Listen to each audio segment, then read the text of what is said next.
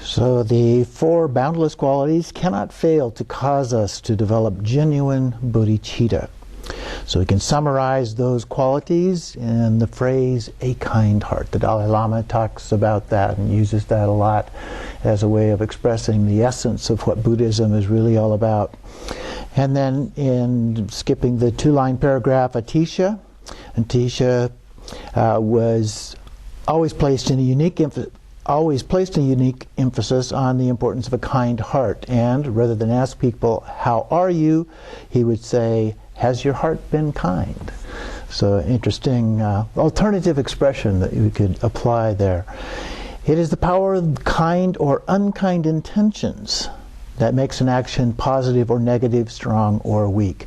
So intentions, like when we talked about karma, the importance of our intentions is the single most important thing in terms of our actions. And so we always have to pay attention to our intention as a part of the things that we think, say, or do. So now we're going to take a little break here for some discussion, and then we'll come back. Continuing back again then on page 218, Arousing Bodhicitta, the section 2 of this chapter. First, classification based on 3 degrees of courage. And these are classical 3 approaches in terms of the Bodhisattva, and the degree of courage is the word that they use, probably not one that I would, but nevertheless. The first one is the courage of a king, and the model there is that you are trying to achieve first Buddhahood for yourself, and then use that to help all other beings. That's actually the way that it is usually described in most of the texts. And then the second one is the courage of a boatman, and here you achieve Buddhahood for yourself and all beings at the same time. You're crossing the river in the boat together, collectively. And then the third one is the courage of a shepherd, where you follow behind, and so you're herding the sheep through the gate in the fence, and then finally you step over and cross the line as a part of that. And so we try to help in one of those ways. The teachings I've received say that it doesn't really matter too much which of those approaches that you use, although in here he talks about the shepherd being the most beneficial one of those. Next we have classification according to bodhisattva levels, and so talking about the 5 paths, or talking about the 10 bhumis.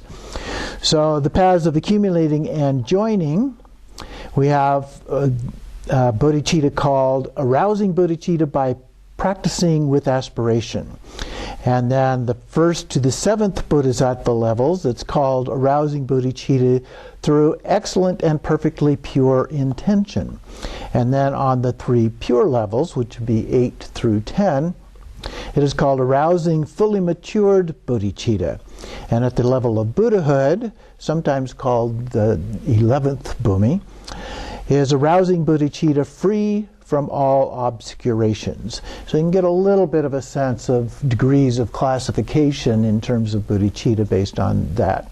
Continuing on page 219, then, classification according to the nature of bodhicitta, both relative and absolute.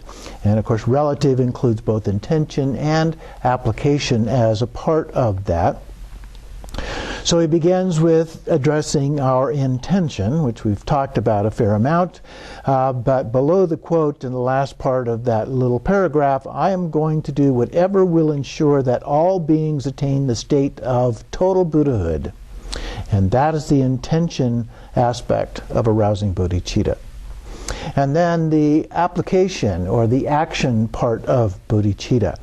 And here we put the 6 practices of perfection into practice.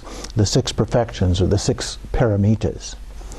Then the absolute bodhicitta, and I might add before I go on to that one, that also the 4 immeasurables. Those 2, the 4 immeasurables and the 6 paramitas, are the primary practices of the path of the bodhisattva. So continuing then to absolute bodhicitta. And going down on the 4th line there, it talks of the path of seeing, real experience of thusness. Sometimes we use suchness and so forth. It's a term we hear more in Zen Buddhism, but it's a good term because it doesn't have a lot of baggage associated with the way that we use that term. So the real experience of thusness, the natural state of things, this is the wisdom beyond all elaboration, the truth of emptiness, absolute bodhicitta. Very concise form of explanation. So continuing on page 220 then in the text, we have taking the vow of the bodhisattva or bodhicitta. So true absolute bodhicitta is attained by the power of meditation and does not depend on rituals. Beginners need some procedure to follow, through which we can take the vow in the presence of a spiritual teacher, and then constantly renew that vow. And so when we typically do practice, we'll begin, and part of what we do is we take refuge. And then almost immediately following that, or in some cases actually embedded in the refuge vow, is a commitment for bodhicitta, arousing bodhicitta as a part of that. So here there is a separate vow associated with bodhicitta, and so he discusses that then a little bit. Down at the a few lines above the quote at the bottom of the page there on 220, how could I ever liberate myself alone and leave you all behind here in samsara? For the sake of all beings, I shall awaken the sublime bodhicitta, learning to emulate the mighty deeds of the bodhisattvas of the past. I shall make whatever efforts are necessary till there is not one being left in samsara. So that is the kind of a commitment that we are agreeing to with making this vow. And then reciting the following verse as many times as possible. Ho! Led astray by myriad appearances like reflections of the moon in water, beings wander in the endless chain of samsara.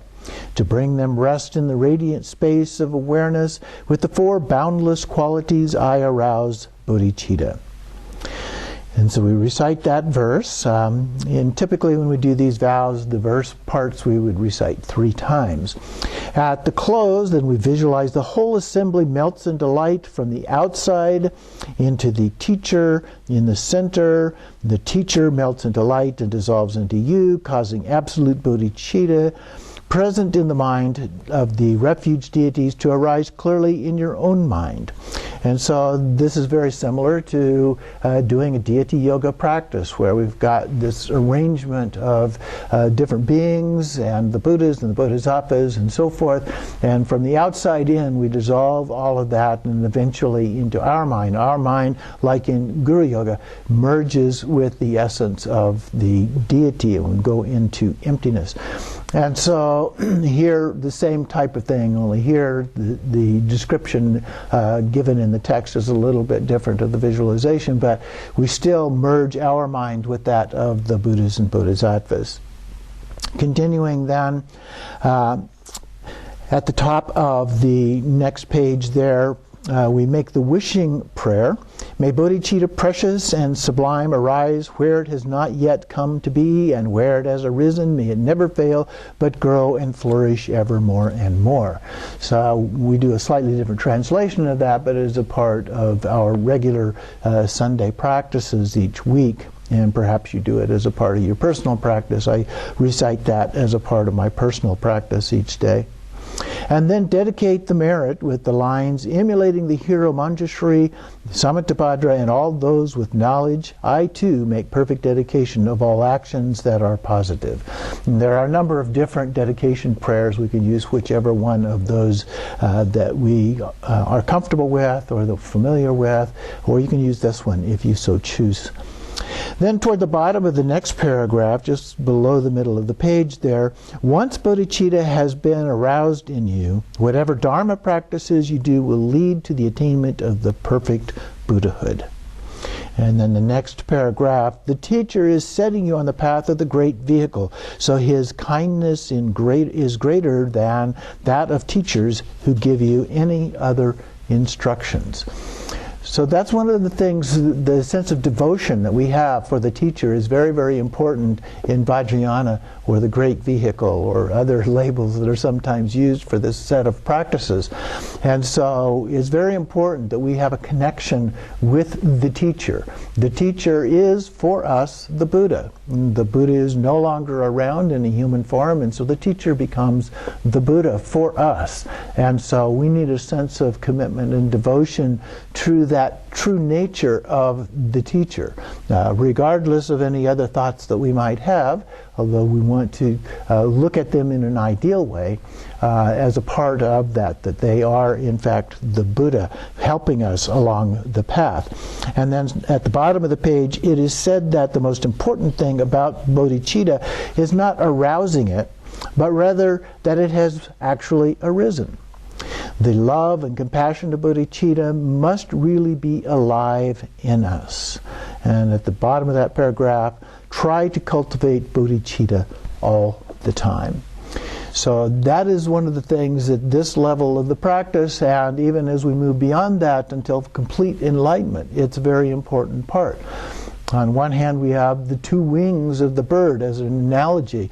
So we have to have on one side this great compassion, and that comes from our bodhicitta. And so these practices are extremely important. On the other hand, we have to have the ultimate bodhicitta, which is the idea of the second wing. And so we have the two wings, the understanding of the true nature of things, emptiness, and our Buddha nature, and so forth. Different terms that we use for that. But those are the two wings. Great compassion on one hand, and great emptiness, or the great fulfillment of the understanding the true nature of things on the other, the two wings of the bird. We cannot fly with just one. We need both of those wings for that to manifest. So at the end of the next class, we will do the refuge vows for any of those of you who have not had those or would like to repeat them again. And also we will do the bodhisattva vows as a part of that. And we may have some other people joining us at that time who want to do that as well. So keep that in mind for next week.